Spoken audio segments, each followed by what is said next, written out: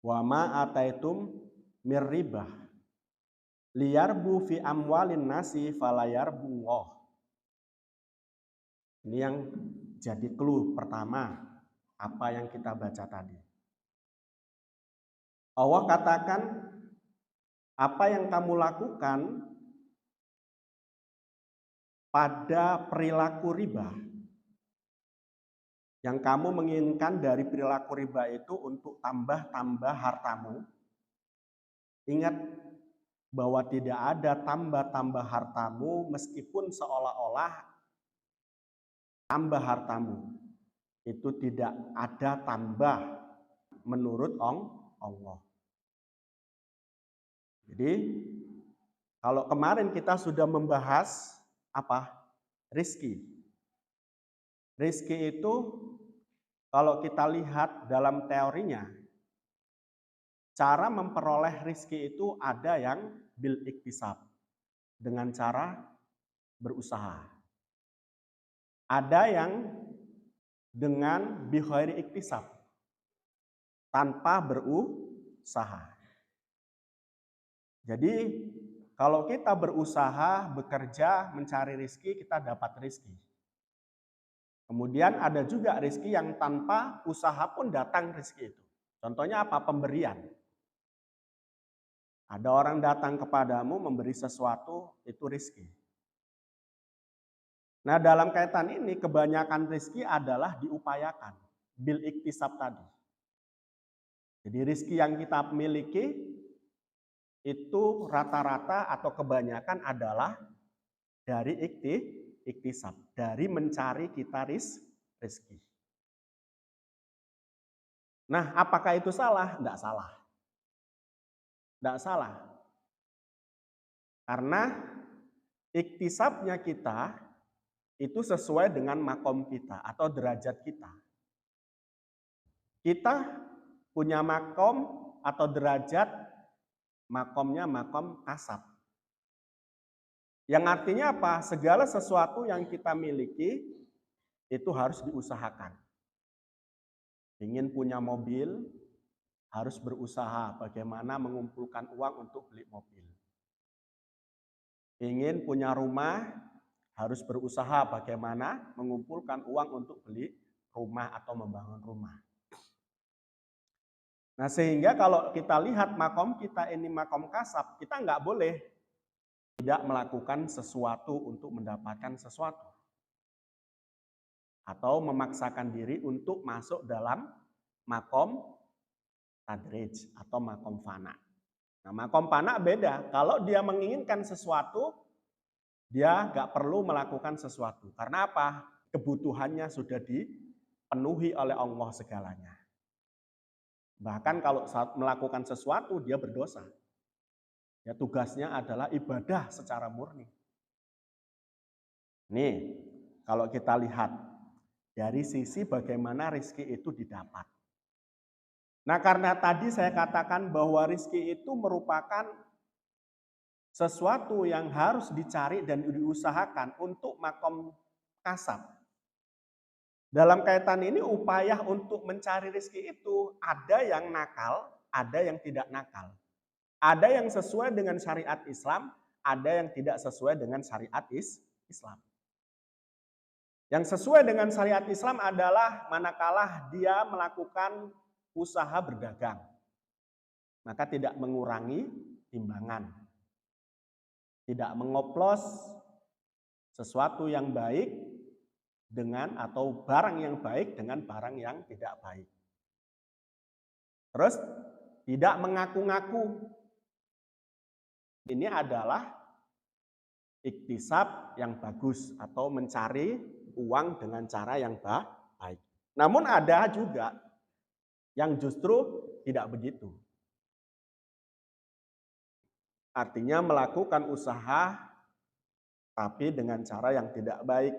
Salah satu yang tidak baik itu di dalam Al-Quran disebutkan dengan cara riba. Dengan cara riba. Nah riba itu yang diakui secara nas ada dua. Ada riba nasi'ah. dan ada riba fudul. Riba nasiah itu adalah terjadinya satu riba manakala diurungkan satu pembayaran, tidak pada saat akad. Atau penambahan waktu dalam pembayaran itu menyebabkan riba nasiah. Contoh, ada orang hutang, kemudian ditetapkan waktunya 1 bulan harus dibayar lunas. Nah kemudian kok 1 bulan nggak bisa bayar. Kalau hanya tidak bisa bayar, tidak terjadi riba nasiah. Yang terjadi riba nasiah adalah ketika 1 bulan nggak bayar, terus kemudian membayarnya dengan ada tambahan. Maka di situ terjadi riba nasiah. Yang kedua ada riba fudul. Riba fudul itu bagaimana? Riba fudul itu adalah riba dengan tambahan pada barang yang sama. Contoh adalah manakala kamu menukar emas dengan emas. Boleh menukar emas dengan emas kalau timbangannya sama, jenisnya sama. Andai kata terjadi perbedaan, jenisnya sama, timbangannya berbeda, maka terjadi riba fudul. Contoh yang lain adalah uang dengan uang, tukar uang dengan uang. Boleh nggak tukar uang dengan uang? Boleh. Manakala tidak ada lebihan jumlah. Contoh, kamu tukar uang dengan orang lain, ya tukar uang 100.000, ditukar dengan uang 100.000. Boleh nggak? Boleh. Yang tidak boleh bagaimana? Tukar uang 100.000 dengan uang 120. Nah biasanya bagaimana ini? Kamu butuh uang recehan 100.000, kamu menukarkan kepada seseorang dan dia menginginkan kamu nggak boleh bayar 100.000 tetapi harus 120.000. Nah ini namanya riba fudul. Nah namun dalam perkembangannya di dalam fikih itu ulama-ulama kita itu melakukan ijtihad. Riba itu tidak hanya 2 hal tadi. Ada riba yad, ada riba nasa. Jadi kalau diklasifikasi riba itu ada 4 atau bahkan 5. Jadi kalau di dalam nas riba itu hanya ada 2. Riba nasiah dan riba fudul. Tapi di dalam fikih ulama merumuskan riba itu ada 4 atau bahkan 5. Tadi riba yad, riba nasiah.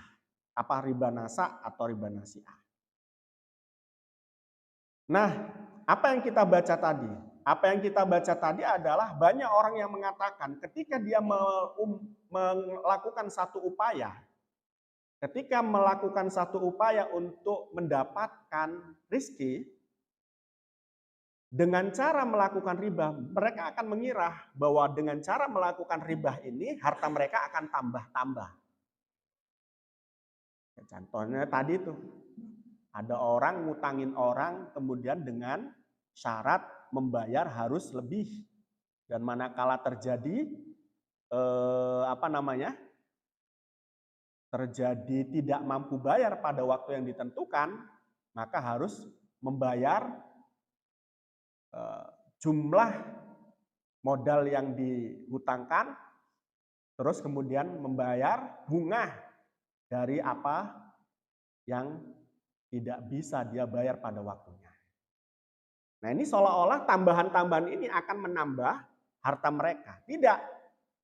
Bagi Allah, harta-harta tersebut tidaklah merupakan tambahan dari harta mereka. Meskipun seolah-olah tambah. Kenapa? Tidak ada keberkahan dalam tambahan harta semacam ini.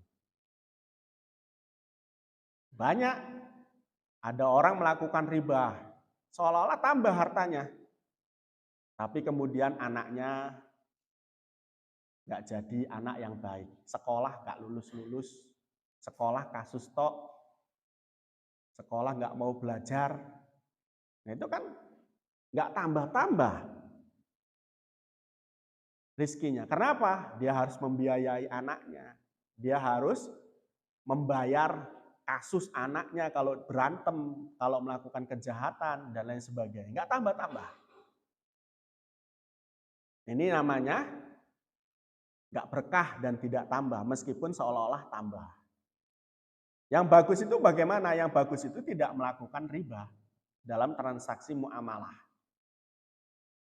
Nah, meskipun sedikit, untung hanya 1.000, 2.000 dengan menggunakan akad bai'ul murabbahah. Nggak masalah. Dengan melakukan akad mudorobah, dengan akad rohen dan lain sebagainya. Nggak masalah. Yang penting jangan sampai jatuh kepada riba. Nah, menarik adalah gini kawan-kawan. Di sini disebutkan seolah-olah orang yang melakukan riba itu tambah-tambah hartanya. Kata Allah, la yarbu, enggak tambah-tambah indallahi. Di situ ada tafsiran la thawaba fihi lil mu'tin. Jadi kalau kita melakukan satu upaya untuk mencari rezeki, sejatinya kita itu akan mendapatkan apa? Pahala. Tidak hanya mendapatkan rezeki yang kita cari. Nah, dengan catatan apa? Dengan catatan kita tidak melakukan perkara riba. Kalau kita melakukan riba, oke, kita akan mendapat harta. Tapi kita tidak mendapatkan pahala. Nah, ini yang kemudian tafsir yang paling keren, saya kira, dibanding tadi tafsir yang pertama yang saya ungkapkan, bahwa orang yang melaksanakan riba seolah-olah hartanya tambah, tapi sejatinya tidak, sebab apa? Nggak ada berkah. Nah, tafsir ini mengatakan, tafsir Jalal ini mengatakan, tidak terkait masalah tambahan harta, karena memang harta itu bertambah. Tetapi, orang yang melakukan perkara riba, mereka memang mendapatkan harta, tetapi tidak mendapatkan apa? Pahala. Tidak mendapatkan pahala.